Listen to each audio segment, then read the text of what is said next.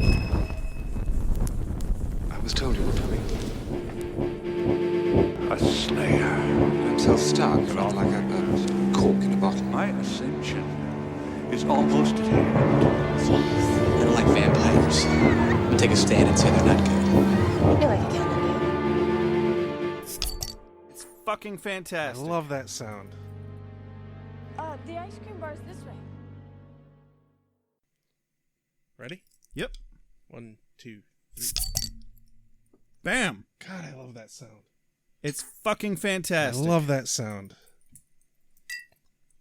All right, everybody, welcome to Beer with Buffy. I'm Josh King, I'm Rex. and we're ready to give you the rundown of episode 2 of season 1 of Buffy the Goddamn Vampire Slayer.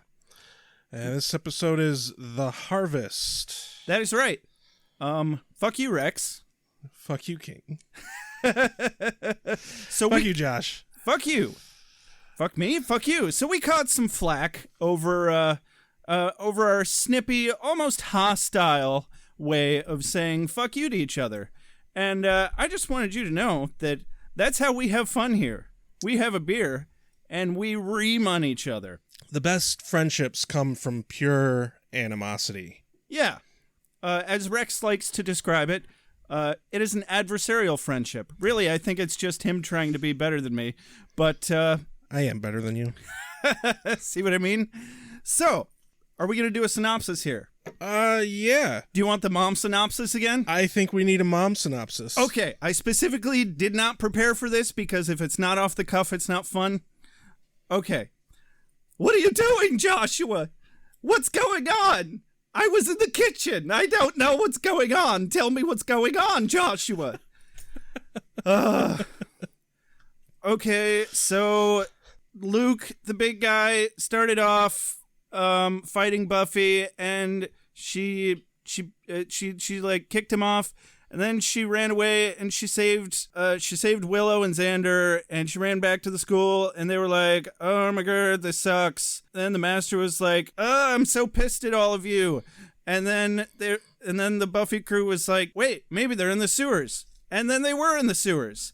And then the master and his crew were like, "All right, guys, so there's a Slayer, but it's not going to be a problem, so let's just do this harvest thing. Let's do it at the Bronze." And the Buffy crew was like, "Hey, they're probably going to do it at the Bronze." And it all just worked out so well. And the Buffy crew shows up, and the Master crew shows up at the Bronze, just like everybody planned. Whee!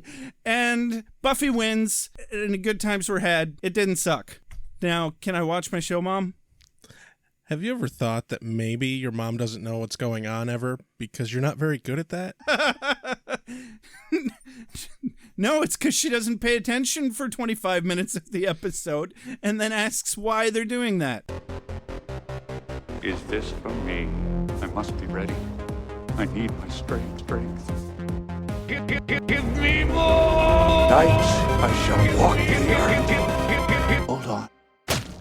You've got something in your eye. So last episode we left off with a cliffhanger of Buffy in a crypt and being attacked by Luke. I looked up after we recorded and his name is in fact Luke. Yeah, god damn it, I was so disappointed. It's actually Luke. I was hoping it was going to be like Bob. Arazmadus or something. Something ridiculous. No, it's just Luke. It's Luke. So Luke shall bring about the apocalypse. So over Thanks, the top. Luke. I love it. So we open up with this scene and it's cut short really quick because she has the cross that Angel gave to her. Am I the only one that thought it looked like they were banging the second the episode A started? little bit. Definitely. I don't think you're alone in that one. Okay, yeah, just sorry, 12-year-old boy syndrome. Moving along.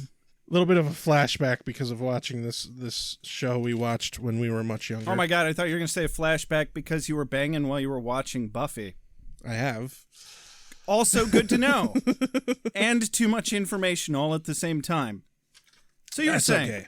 Let's try and get through the actual synopsis, and Yeah, I'll so stop being the peanut gallery. No, I won't. We get a whole lame sequence of cleaning up the end of the last episode, killing off a couple of vampires. Buffy saves Willow and Xander. Mm-hmm. Jesse's taken, and it's, to me, strikes me as just a quick, like, oh, I don't know what we were going to do with the end of the last episode. They let us keep the show. Am I the only one that thought it seemed a little too easy? Like, it was really just bad filmography. Yeah. When Buffy saved Willow or Xander, the first one that she saved anyway. There is, I don't know if you noticed, but there's this glorious editing moment where Buffy runs up to the vampires, the two vampires. Suddenly her feet are just in both of their chests. Right. At one point, like at one camera angle, she is easily 5 to 10 feet away from them. And then all of a sudden, yes, right up to them and punches one and kicks one both at the same time. And it's like, how did you cover that distance? And like, she like teleported up to them. Yeah, she's not just preternaturally strong. The editing on this first scene was awful. It was and so bad. It was like enough to where for just a moment I thought, wait, what have we done? Why are we watching this? Why did we make this choice? What are you doing, Rex? Why are you watching Buffy with Joshua? The biggest thing that, like, why did Luke just let her go? Why didn't he chase after her? Like, she runs out of the mausoleum and they needed food. But he just didn't follow her. Like, that was so stupid. It's the same way that we try to avoid miscreants in the Meijer parking lot.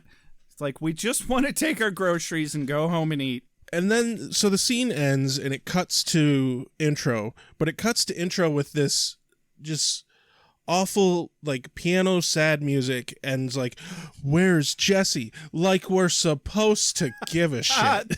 Yes, thank you. They're like, all right, who are we missing? Oh, no, Jesse. Oh, no. Sad piano. Oh, let's pretend to make the rest of the episode about that, and then quickly divert. And so it goes to the title sequence, and then we get to have some exposition in the library. Giles gives him the vamp rundown. I actually love what they do here, and it immediately turned around my opinion on the editing, because they do this glorious exposition bit where they're cutting between the good guys and the bad guys. Oh, yeah. And it does a great flow of exposition, so you get to see the situation from both perspectives. Yeah, I was just going to say, excellent expository editing. Needs some help with the action editing. Yeah, and I don't know if the action editing gets any better later on in the series, but I feel like it does. I'm not terribly worried about it. I mean, half the point of watching this show is watching these characters just talk at each other. Yeah, it's the best part. So Jesse gets fed to the master. Well, but we don't know that yet. Right. He just said... It's hinted that he's being fed to the master. The master is all super pissy because Darla already tasted his blood. Oh, yeah. Oh, my God. And the master... So we get to see some actual character moments from him. Some of the first hints of who he really is and why he has a hold over these people. And we get a little more exposition from Giles later on the origin story of the Master, that, you know, the Master doesn't just sit around and wank off about, well, 60 years ago I tried to open the Hellmouth. Thank God.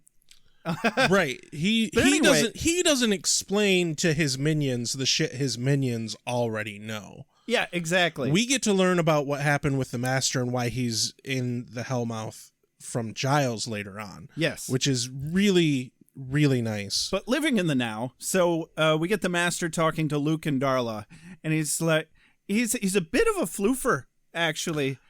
A bit of a ponce, if you will. I don't know. Did you pick up on a Dr. Evil vibe? No. I wrote down 3 different villains he reminded me of. Dr. Evil was not one of them, but it certainly does remind me of it now, Mr. Powers. Thank you. I was going to say, is it just me, or did he seem a bit like the villain from Ace Ventura 2? Can't be, from the consulate, right? Like that guy. I don't have any good lines from that guy off the top of my head. I'm sitting here drawing a blank as well, which is why I'm kind of sitting in silence. But yeah, he's. Oh, here's one. Are you as good as they say, Mr. Ventura? Also, okay, and then we get this beautiful moment where he stabs his minion in the eye. He's like, oh wait, just a second.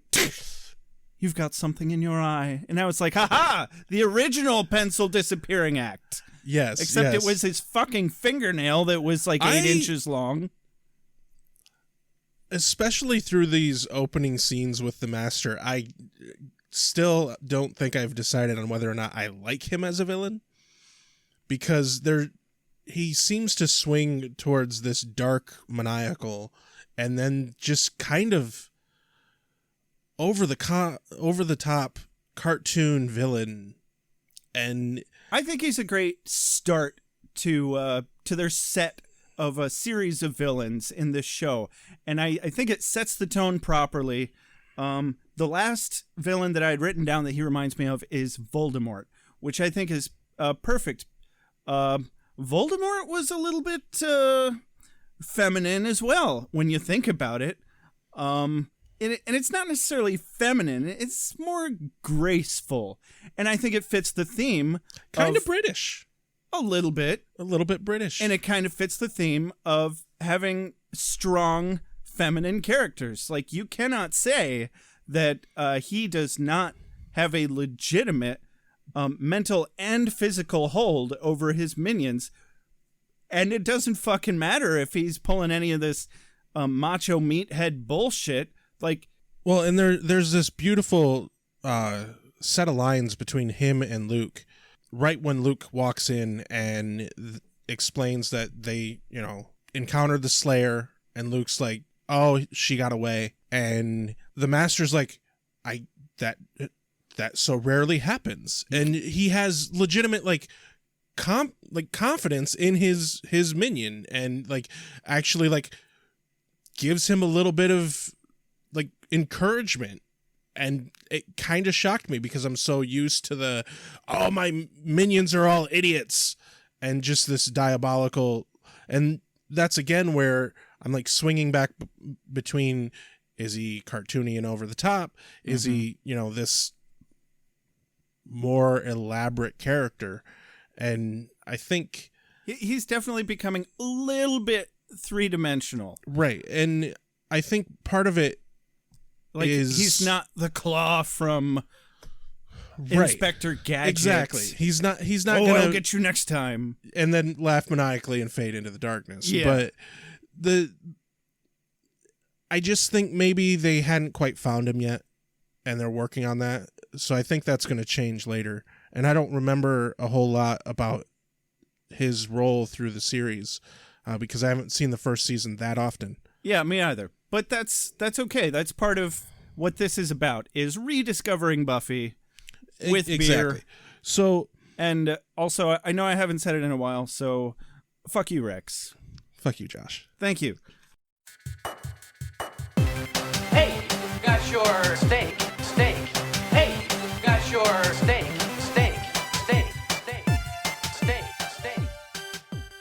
So, next scene, what happens? So after all the exposition is done, Buffy decides that she needs to go, and she figures out that the entry into wherever their lair is through the mausoleum. Ah, yes. Because she realized that Luke came up behind her in the mausoleum. She has this sudden epiphany. She's like, wait, he didn't come out of nowhere. He came out of a secret tunnel. And it must have been in that exact mausoleum. Or not mausoleum, what's the word? It's a mausoleum. It is a mausoleum. It is a mausoleum, and that's what she calls it. Okay. And so she happens to be right. So there's this lovely interaction with the principal, because she's like, "Oh, I'm gonna just leave school," and he catches her at the gate. I'm calling him Principal Cockblock. Yeah, definitely. And I'm so glad that the principals all that is a thing. They all die. Every principal dies. Even Quark. And I'm so glad, because just in the scene, I hate this guy. Yeah, seriously. I hate him so much. It's like, dude, she's like 16 years old, okay? She doesn't need a hall pass two things to leave the campus. One, they legally can't lock a gate. No, they it's cannot. not prison. They can't lock you in. Like the because there's this giant iron gate, and he locks this gate. He puts a padlock on it in the scene. It's like he does. You can't do that. Schools are more and what more if there's like a fire? More and more like prisons nowadays.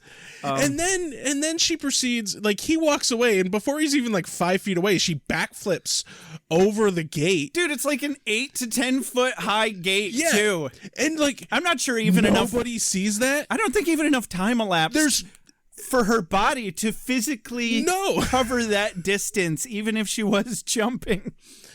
Yeah, the camera angle is only of her feet leaving the ground and landing. But more importantly, though, there were people around. Nobody saw her do that. Yeah, nobody was watching. Everybody would have been gathered around going, the principal, ooh. who's 5 feet away with just his back turned, didn't hear the noise of her like backflipping over this fucking gate. Yeah, they'd have been watching her getting talked to by the principal going, ooh, you in trouble.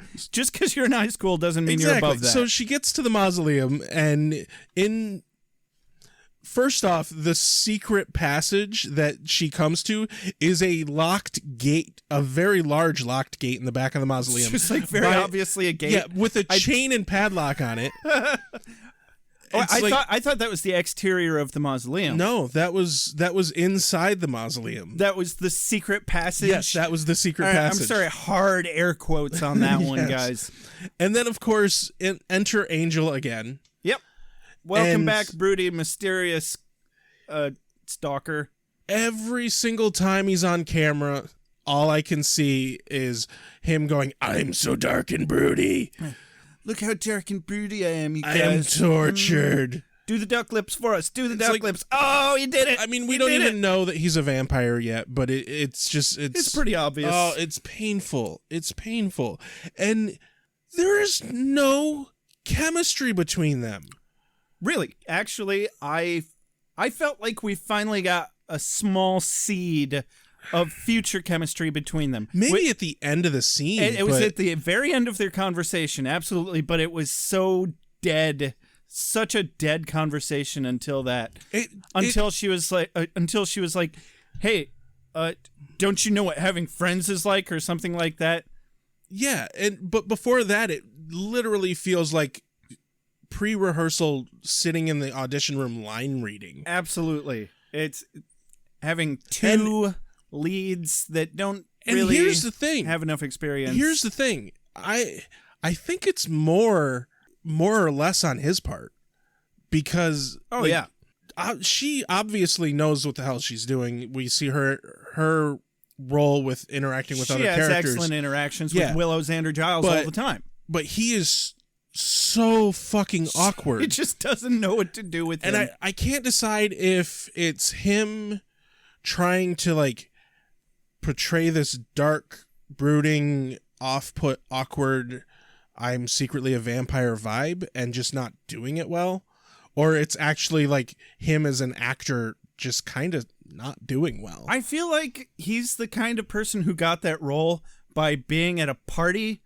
and a producer was there and they said, "Excuse me, are you in the movies?" And he was like, no. Well, you are now. That was his audition. He unquestionably got the part because he is tall and pretty. Yeah. I still can't figure out, like, he doesn't get fat. It's like his bones extrude. His face is like twice as wide now in Bones and in Angel than it is in the first couple seasons of Buffy, and I don't get it. How is that physically possible? I don't know. Maybe like I haven't he's looked up fat. how old he is. He literally got big boned. Yeah. What? I haven't looked up his age. Oh, in the beginning of this, but maybe it's just that he's just so young. That's got to be it. Like, he still had some bone growth to do, definitely. So then Angel doesn't go down with her because he's scared. Thank you. Which, like, okay, if you're so scared, Angel, why'd you show up in the first place? He wanted to help the Slayer. by like brooding at her. The enemy of my enemy is my friend. And she goes down into the sewers, and very shortly after she gets down into the sewers, Xander shows up. Uh-huh. First off, how did he get out of school? How the fuck did he? Wow. That's some good following there, buddy. Oh yeah, how did he get out the gate? Yeah, he didn't backflip over that damn thing. Shit. That was my first question, was how the hell did he get there? Yeah. And second off, where did Angel go? It was daylight. Right? Angel's a vampire. So Yeah. Angel's like hiding in a corner of the mausoleum as Xander just strolls on by. I'm sure he must have been doing that Spider-Man move where he's just up in a corner inexplicably clinging to nothing. Exactly. Yeah. And Xander, I think I spoke too soon at the beginning of last episode when I said, before you were a big fat asshole, because he's already kind of turning into such a self-deprecating prick. Yeah. He's like, when Buffy told him he couldn't come, he was like, oh, I see, because I'm inadequate and I'm less than a man. Okay. And just pouts away. I was like, oh my shit. The moment he said that in that earlier scene, I'm like, yes, you're less than a man because you're letting the super powered woman go. Yeah. I Good mean, Lord. They got one thing right, and that is the obnoxiousness of teen angst. So I'm going to chalk it up to that. Yeah, and I'm not bothered by it. Mm-hmm. It's definitely good characterization. It's hard for me to say anything cool or witty or at all. I can usually make a few vowel sounds and then I have to go away. I don't mean to interrupt your downward mobility. Yeah, you're the Slayer I and just wanted to we're tell like the Slayerettes. Oh, please. Which brings up one of my quotes of the day. Giles is... So we start getting a little bit of a feel for the roles of each character. Last episode, the first half was all about getting each character introduced. Hey, here's kind of who they are in the hierarchy of existence, but not so much what exactly are they going to be doing throughout this series. And so we get this beautiful moment where Giles is talking to Willow over her shoulder at the computer, and he's like, well, if you don't want to go with them, why don't you stay here and help me? And help me squeeze some... squeeze some information off of this dread machine. I'm sorry, that was a bit British, wasn't it?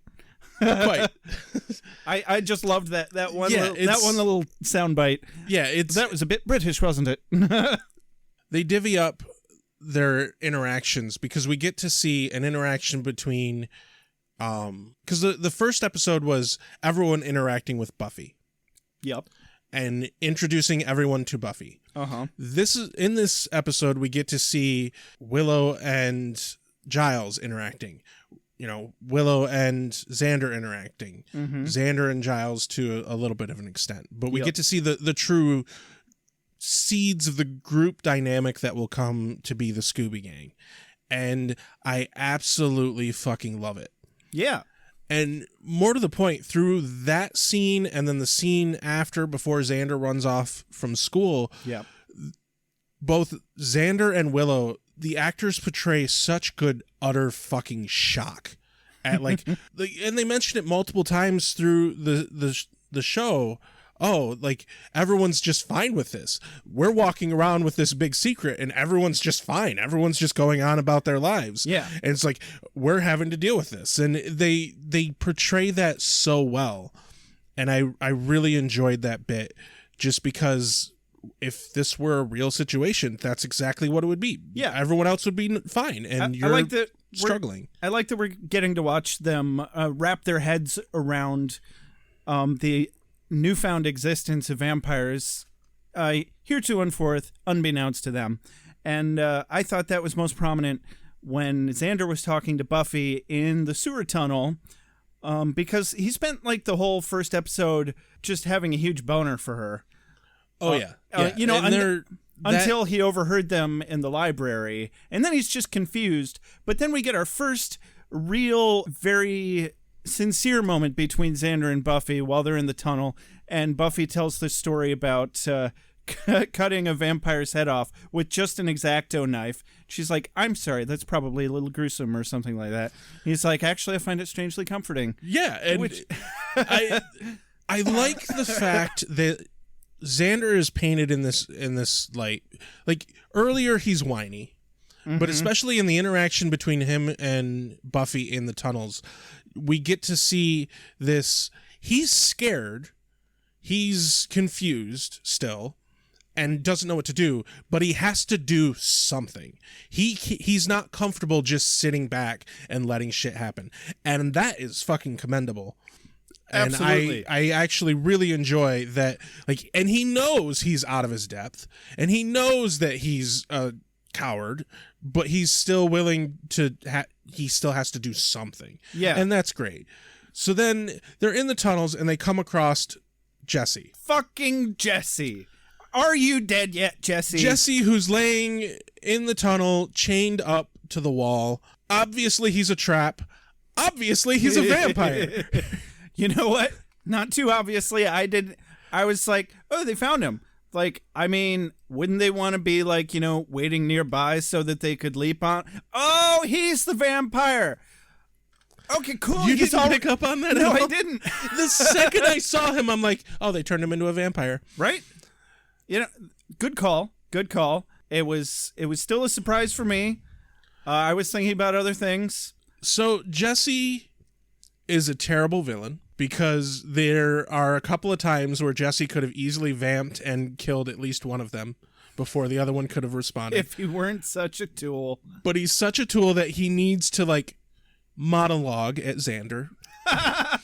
And he's not even, like, he's a minion. So, like, every bad guy on Supernatural ever? Exactly. So he has to monologue, and so they get What to do this... you mean exactly? You've never seen Supernatural. I've seen some. Okay. I don't know how much, but like 2-3 seasons. Yeah, fair enough. So they get to this dead end, and the other vampires are coming, and Jesse reveals that he's a vampire. But it's completely inconsequential that Jesse's a vampire, because Willow just grabs him and throws him out the door. And then the part that I think... Willow does? Or Buffy. I mean Buffy. Buffy I was just like, damn, you just jumped ahead, son. Yes.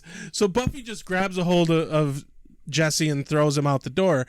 But then, for some reason, the superhero chick needs Xander's help to close the door. Yeah, I couldn't figure it. I was like, is he like holding his arm on the door to keep her trapped behind it?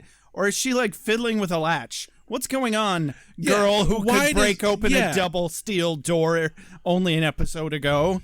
And so they escape out into the sunlight, which is, the vampires can't possibly follow them because it's in the sunlight. Oh my God, that was priceless.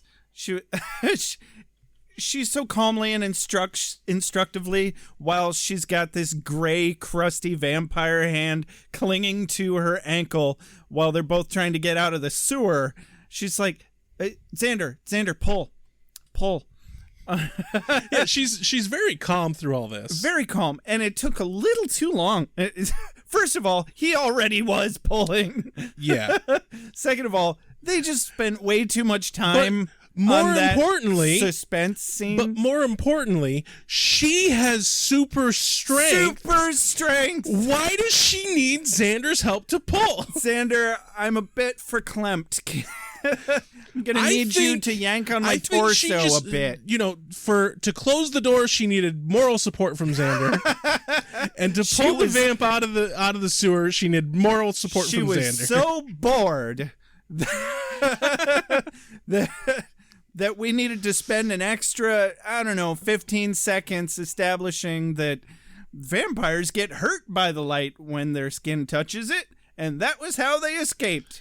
Yee-haw! So we get to go back to the library for more Willow and Giles. Yep. And I love this bit because it's the first true moment that we get to see how just quick Willow is. Mm-hmm. And she falls into this research mode alongside Giles so well. And they're best buds. Yeah, they click immediately. It's fantastic. And then we get this beautiful line from Giles. Like, all my favorite lines in this episode are from Giles. Oh, this was a good one for Giles. Where Willow goes, oh, then there was like a rash of murders before this happened. And his response is, great! And he's so happy. He's like, oh, wait, not great. That's not how I meant it. Oh, not great that they're murdered, but, cheers. I love his acting in this. It's so fantastic. There's a reason why you're here. The reason why it's now. There's a reason why you're here. The reason why it's now. So what happens after that?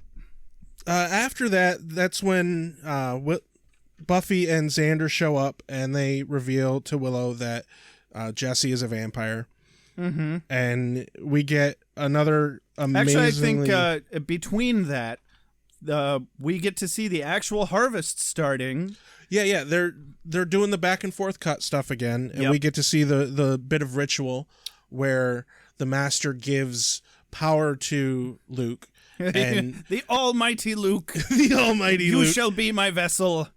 I shall draw this thing in black and stuff the whole premise of the ritual on is your that forehead. Since the Master can't leave the Hellmouth, he basically imbues Luke with the power to feed and funnel energy and blood to the Master so that the Master will gain power to be able to break himself out of the Hellmouth. Yeah, he's a remote control blood drinker. Exactly. That's all you need to know. Exactly. And then they can bring their friends back and good times will be had. That's about as evil as they get. Honestly, they're still not as evil as Cordelia, in my opinion. So then we go back to the Buffy crew in the library, and they're talking about, and then we get a little more exposition. And I got another line to pull out here. Uh-oh. Another quote, which is... You're scaring me, Rex. Yes. Which is Xander, who is irritated that his friend is a vampire now. he kicks the trash can. He kicks the recycling bin so emphatically. And then he says, I don't like vampires. I'm going to take a stand and say they're not good. His delivery is perfect. Yeah, it's just as much wry, not sincere acting as Jesse's death deserves. Right. He's not dead yet. He's dead enough. But Xander is struggling with that. Yeah, poor Xander. He's got so much growth left. So they decide so much character development. They decide that the harvest is going to happen at the Bronze because where else the fuck is it going to happen? Yeah, that came out of nowhere, didn't it? Well, it makes sense. Where is the one place in this tiny shithole town? As according to Cordelia, it is established that the only place anybody ever can go is the Bronze. So where are they going to go to, have lots of people to kill? Yeah, where else are the cool kids and the nerds and all of the local garage bands and your new librarian going to mingle in one damn spot? The bar without... And as Cordelia said in the previous scene, they do not have a cover on Friday nights. The Bronze. The Bronze. The Bronze. So, Buffy talks to her mom. Her mom just keeps catching her at the worst times. Yeah. Oh, man. Yeah. I know that feeling. So, yeah, Buffy has to stop back at home to get weapons and gear and such. Uh-huh. And her mom comes Girl in. needs a car. Right? Her mom comes in. It's like, you missed some school today. This is your second day of school, which is already a Friday, by the way. I'm getting calls from the principal already. Yeah, Cordelia said that it was a Friday, so apparently the first day of school was a Thursday. Well, I mean, it was Buffy's first day of school. Oh, true. She's behind, so she's being inserted and at an odd time in the semester. Right. Why not start on a Monday, though? Giggity. Why not start on a Monday? Yeah. So she's grounded, but what does that matter? She can backflip over 8-foot-tall iron gates so she can get out of her freaking house. Right? Also, her window was wide open just behind her shoulder directly from her mother's point of view the whole time they were talking. if she was ballsy enough to slip off of campus, either her mom really trusts her daughter to follow what she says, or she's really dumb. She's got a little bit of naivety. It's like your daughter has been expelled from one school, already skipping school on her second day at another school, and you don't think she's not going to climb out a window? Thank you, Mrs. Brady. Buffy, you're not doing this again, are you? You haven't burnt down the gym yet, have you? Oh, Buffy, I'll make us some dinner. You're grounded. So we get to see... Oh, also, I thought it was funny that her mom was like, I know if you don't go, it's the end of the world. Honey, everything's the end of the world to a 16-year-old girl. And I was like, ha! It actually is the end of the world. And it made me wonder, what if the whole show is actually just like Winnie the Pooh? She's not really the Slayer. This is just her messed up perspective of what high school and college is. It's an analogy for her coping mechanisms for her broken home.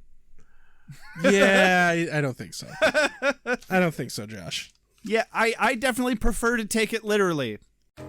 You mean besides me? No, I didn't ask. You mean besides me? Do you believe? I didn't ask. We have to achieve our dreams, otherwise we wither and die. We're going to the other cool place in Sunnydale. I agree. So we get to see her stash of weapons. And the number one thing that stuck out for me... Bottles of mystery fluid and wooden stakes. Well, mystery fluid is holy unquestionably water. holy water. But she pulls out one particular stake that is a foot long, and it is sharpened in its entirety. It looks like a foot-long wooden spike, not the pencil sharpener stakes that they've had up to this point. Yeah, and she slides this into her sleeve. You could shoot up heroin with this goddamn stake. And, like... Finally, she has a weapon that looks like a fucking weapon. Yeah. So she grabs the stuff and they head to the bronze. Explain to me how they leave school in daylight, they go to her house in daylight, but it's nighttime. The vampires get to the bronze. They have invaded the bronze, and by the time the Scooby Gang gets there, it's locked. Did they stop for ice cream? Because did they walk the whole way? Does Giles not have a car? They had to keep Willow happy somehow. Okay. Yeah, the girl needs ice cream. And I do have to say, there is some great moments with the vampires coming up to the bronze. They do this awesome sunlight. Is it the guy who's really, really underpaid for his peck level of epicness? Before we get there, we get to see sunset. Yeah. And it's like a great cinematic moment where they're showing sunset, and the soundtrack's fantastic for it. And then cut to the bouncer standing outside of the door counting money. On a night that they didn't have a cover, so I don't know where he had this money. He's a drug dealer. He's moonlighting. Apparently. But this dude has so much muscle. Like, so he is so ridiculously ripped. He looks like if you just poke him with the stake that Buffy has, he's just gonna go I was just gonna all say over the he place. must have been shooting up with Buffy's steak. Yes. He looks fucking he collagen looks injections. Inflatable. He looks inflatable Directly into his chest. But the camera's on him, and we get to see from the darkness in semi-slow motion, the vampires slowly walk out of the darkness, and it's a great fucking sequence. It was. Was it just me, or could you legitimately not tell whether or not it was the Buffy crew or the Master crew? There was that moment where I wasn't sure. Until they came into focus. There was that moment where I wasn't sure. And I didn't remember if they got there before the vampires did. No, definitely me either. So then we get to Luke basically says, you're all doomed. We're going to eat you. Uh-huh. Who Luke, from this point on, will dub Mr. Dramatic. Before we get there, can I just say it was kind of epic and some really good character development for Cordelia. with our establishing shot of the bronze, with Cordelia sitting there spouting some misandry about her opinion of men, which brings me to another couple quotes of my day. She was talking about Jesse. I could get on board with how she felt about Jesse, but at the same time, it was kind of fucked up. She described him, he was like a little puppy dog following me around. You just kind of wanted to put him down. And I was like, holy shit! That's cruel. That's what you want to do to puppies? I mean, that's witty, but cruel. And, holy shit. Yeah. And she's just like, no, senior boys are the way to go. I mean, they have cars. Which is fantastic. And then one more beautiful moment from Cordelia. And when I say beautiful, I mean, holy shit. She's an awful, awful girl. This is definitely our long-standing antagonist when she says, shit, what was the next thing she said? She's talking the whole time. Yeah. And then one of her friends says one thing, and then her response is, excuse me, can you let me get a single sentence finished? Thank you. No, what the other thing was she was talking about shopping at the mall, and she's like, and I always just want the most expensive thing. And it's not because it's expensive, it's because it costs the most. That whole bit made me think of the movie 10 Things I Hate About You. Yes. And the scene where the two girls are talking, and they're like, I love my Prada bag, and I like my Skechers. Yeah. And the other one's like, I love my Prada bag, or I love my Skechers. Well, that's because you don't have a Prada bag. I am filled with Christ's love. Was that movie, or was that a different movie? That was a different movie. Okay, still, same sentiment. Okay, just needed to cover that before we got too far away from it. Cordelia does a pretty good job in these early episodes of playing that conceited Valley Girl. Yeah, absolutely. And I just learned today that the term Valley Girl actually became a thing in 1982. I actually think I knew that. Well, you probably saw the same Facebook post today that I did. No, I don't think I did. Huh. I spent time in California in my early 20s, though. Oh, okay. I lived there ever so briefly. Oh, that's right. Yeah, I forgot about that. I mean, I didn't forget about that. I just don't think of it as California. Also, you generally don't care. Fuck you, Rex. Fuck you, Josh. Ah. Hey, got your steak. Hey, got your steak.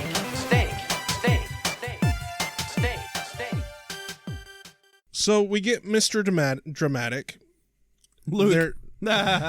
He's clearly so in love with the master. He's so in love. He loves the master. He just hasn't quite gotten that chance to suckle his ball sack yet. I hope he gets it. I don't want this to look homophobic at all. I'm hopeful for their... No, it's sad if that's unrequited love. I know, right? And especially since they're immortal. Yeah. That's the worst. Yeah. I mean, how long has Luke been following the master around? Unless that's not what the master wants. The friend zone's not a thing. Obviously, that's not what the master wants. It's really not, and he needs to respect that. He just wants to eat some Slayers.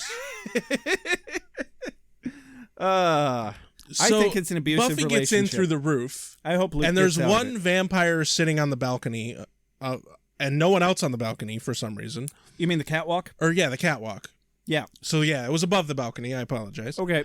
So it's on the catwalk, and the vampire on the catwalk is not looking around at all. It's like, why are you even up there if you're just looking down? He just kind of let out this little growl. Right. He's like, okay, Lurch. Two things. One, who are you growling at? You're just sitting in the dark alone. No one else is around and no one can hear you, and you're just making growling noises. He was obviously looking at a copy of Penthouse. Yes. We just couldn't see it. And Buffy throws him off the catwalk, and the like punch sound that you hear before they show her throw him is so lame and weak sounding. And then she just tosses him off the catwalk, which kind of saddens me because I would have liked to see a little bit of a fight happen there. Also because she saved Cordelia in the process. Yeah. Of all the people to save. Yeah, it's awful. I mean, let it could have that been woman worse. get bitten. Could have been worse. She could have saved Jesse. Yeah, that would have been worse. That would have been unquestionably worse. Yeah. But we get a nice little bit of banter between Buffy and Luke, and then she jumps off the catwalk, has this awesome dramatic landing on the pool table. It was very nice. Not quite as nice as her kill with the pool cue. Yes, where she stabs off camera and she lets it go and it stays there, which was just fantastic. And I was disappointed because it stayed there and she took her jacket off. I wanted her to grab it, as like take her jacket off and then grab the pool and continue cue. using it. Yeah. They really missed an opportunity there. I think that would have been amazing. It still served its purpose. You know, hindsight is 20/20. Yes. I mean, we're gonna edit our pilot episode a little bit, so oh yeah, we're gonna. Yeah.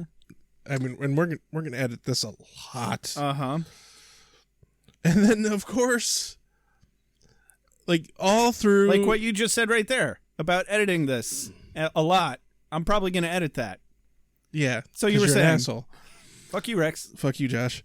Very nice. So good one, Shaggy. Like, guys. So every single time there's a fight, now, ever since I watched that first episode, every single time there's a fight, we're totally stuck in the bronze, you guys. God damn it, Josh. Every single time there's a fight with Buffy, and it cuts, and it's like, oh, look, a stunt double. And I can't stop hearing that in my head. You're the only one looking for stunt doubles, dude. I can't not see them, apparently. Apparently. They did a bit better of a job incorporating the stunt double in this than in the pilot. Right. I just kind of tune out when a fight scene starts. I'm like, oh, thank God I can stop paying attention for a minute. Yeah, but sometimes you get some witty banter during that. Sometimes. Not this time. No. The fight between Luke and Buffy is not good. It wasn't. I liked how it ended. It was very lackluster. There is this great moment, though, because after Xander and Giles and Willow get in and they're rushing people out, there's this great moment where Xander's wrestling with another vampire, and she grabs the cymbal from the drums and frisbees it and decapitates the dude. Xander did that. You said she. No, she decapitated him with the cymbal. Buffy decapitated him. Yeah. Oh, I thought Xander did that. No, he was wrestling with him. Okay. And he was holding him. Yeah. And then she saw what happened as like she's fighting Luke up on the stage, and she frisbees the symbol and decapitated Which him. is fantastic because I just saw an episode of Ash versus the Evil Dead where the same thing happens, except it was a demon killing a human, because that show's just fucking brutal. Right. But this is a podcast about Buffy. Yes. Not about Ash. No. I highly recommend it personally. It's hard for me to say anything cool or witty or at all. I can usually make a few vowel sounds and then I have to go away. I don't mean to interrupt your downward mobility. Yeah, you're the Slayer I and just wanted to we're tell like the Slayerettes. Oh, please. But there is this great bit intercut with the fight between Luke and Buffy. God, why did they name him Luke? It's such a bad villain name. Luke. The master is not your father, but he is your daddy. So Jesse and Xander have their kind of comeuppance. And Xander is, of course, trying to be like, no, you're still my friend. There's still some good in you. And you're still in there somewhere, Jesse. I know it. Xander has already been told by Buffy and Giles at this point that no, Jesse is dead. That thing is a vampire. And that's the thing that killed him. Right, and there was even a good line that Giles had that, no, Jesse is dead. The thing you see there is the thing that killed him. Yeah, exactly. And I love that viewpoint of, yeah, they look like the people we knew, but no, those are the things that killed the people we knew. Yep. But Xander doesn't even get to kill Jesse. He's holding the spike. And... Well, I mean, someone like he kind of killed him. He was holding the stake, but someone just bumps into Jesse and like stabs him in the heart. Yeah, Jesse got the most lackluster, unnoteworthy death that he deserved. He did deserve it. It was beautiful. It was fantastic. But and then everybody promptly forgot about it. Personally, I think Xander deserved to have a little bit more of a hand in killing Jesse. But the death was might have helped him grieve more. Right. The death was fit for Jesse, but not for Xander. Yeah, which, definitely explains why Xander it gives Xander some I get to be broody points later on. Oh, and I just looked down at my notes and noticed this. When Buffy throws the symbol to decapitate the vampire, she yells heads up. Yes. No, I wrote that down too. I had it listed as a possible quote of the day. I'm not voting for that. No, it's good though. It's good though. But campy and a little too over the top, but sometimes that's what you need. Right. Okay, so then we wrap up the fight scene with Buffy and Luke. Yep. And boy, does she juke the shit out of him. Yes, she does. Hey, well, there's still one thing that can kill you, and sunlight.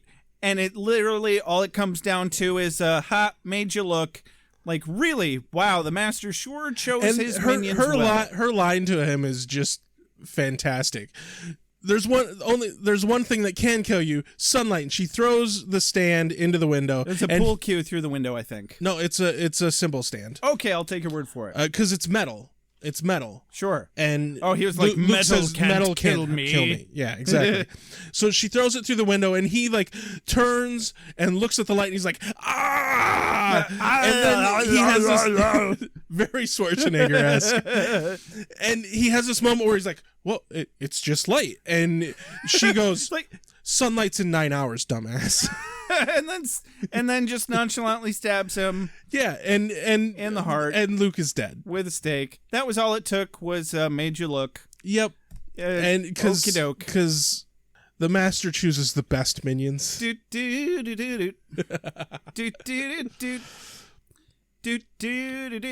So we wrap up the bronze scene with a really good line from Xander, where everyone's gathered around, the place is empty, the vamps are dead, and Xander goes, nothing will ever be the same. No, it will not. And then the very next scene is the next day, and everything is the same. Everything's exactly the fucking same. And Cordelia's still just a horrible... talking mad shit. Horrible... So, there's this... They end the episode with this beautiful bit between the whole Scooby gang. And they're talking about how to move on from here, how to deal with the situation.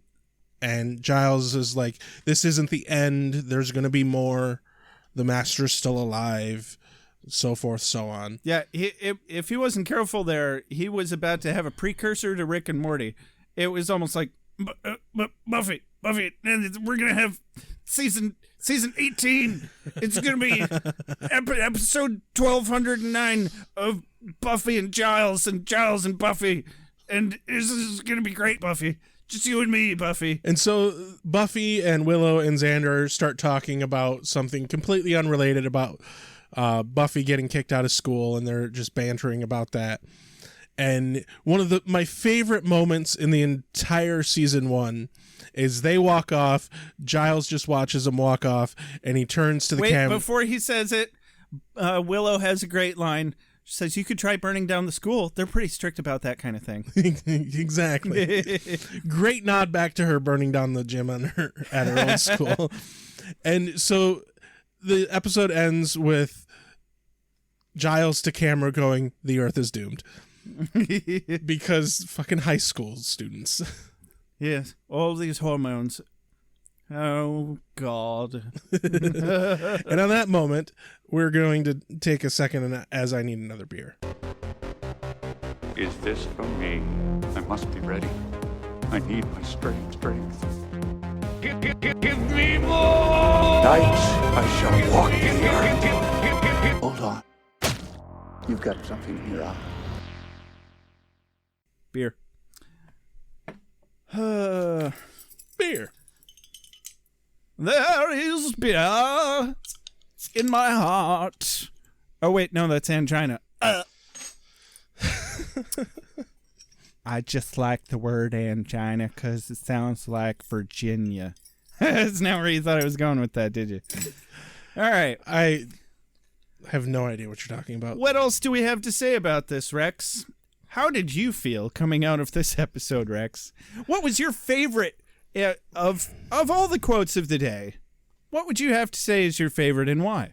Oh, that's hard because definitely more than anyone else, Giles and Xander get the best lines. Xander had a couple good ones, I guess. I'm going to have to go with, I don't like vampires. I'm going to take a stand and say they are not good. Mostly just because his delivery there is so perfect. Because before the moment he says the line, he's obviously angry. Yeah. And rather than like shouting and like throwing things, you know, he kicks one thing and his anger is just pure wit.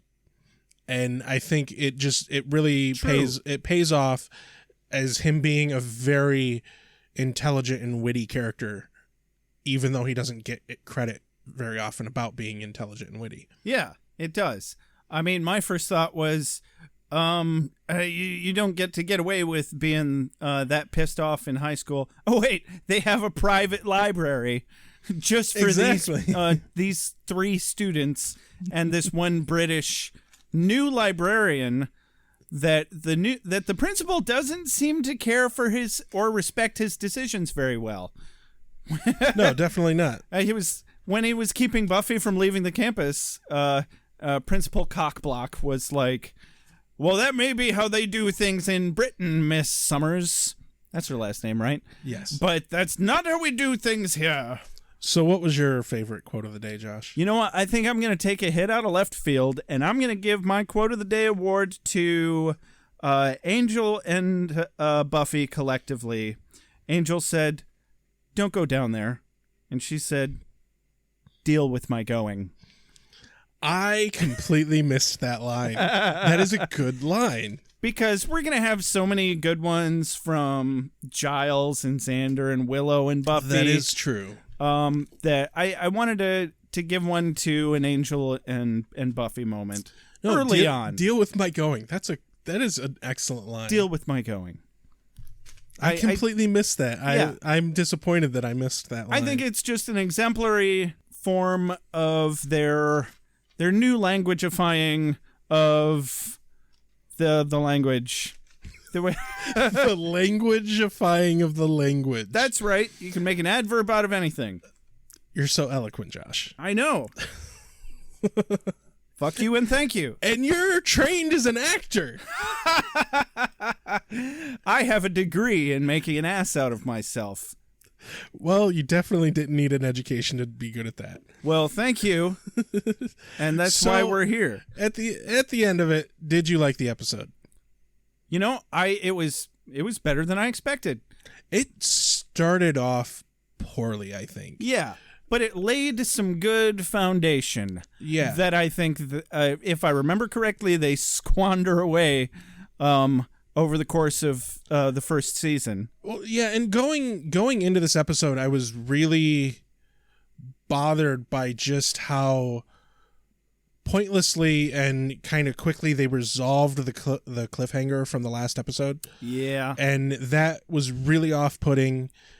And they came around from that. Oh, yeah. But I didn't get to make fun of how she, at the end of last episode, I was like, oh, how's she going to get Luke off of her? She sure is fucked now.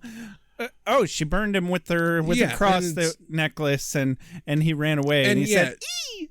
Exactly. And he ran away. And it completely tossed aside the tension from the previous episode, and I didn't like that.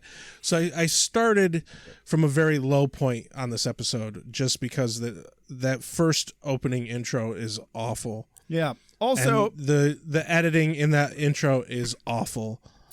I must say, I'm definitely, we necessarily must be paying much more attention to it this time around than certainly the first time I saw Buffy the Vampire Slayer in its entirety, because I just watch TV so that I have some background noise and something to watch while I'm eating, mostly. Right. I'm not sitting there writing out 2 pages of notes and a well thought out analysis. Like, it took me an hour and a half to watch this episode. Right. And so obviously our viewing this time is going to be different. But with that opening, I was really disappointed. But it came around, and I enjoyed the finalization. Yeah. And resolving of the harvest.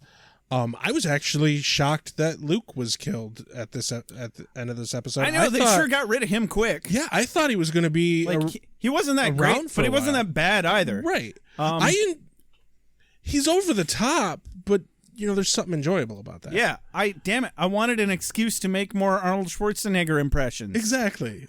Get to the chopper, because that's not overdone. Anyway, this has been Beers with Buffy. I'm Josh King. I'm Rex Hansen. See you next time. You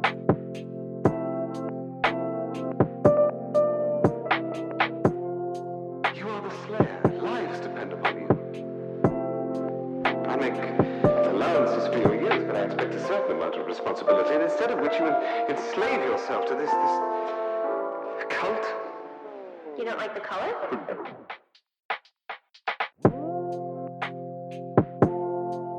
You have a sacred birthright. You were chosen to destroy vampires, not to wave pom-poms at people. Why can't you people just leave me alone? You are the Slayer.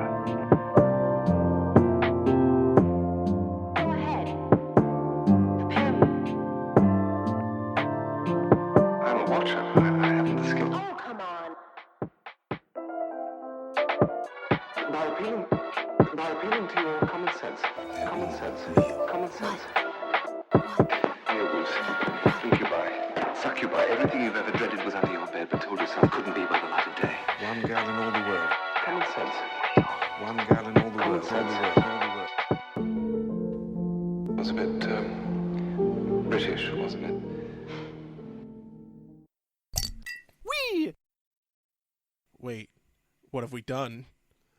Why are we watching this?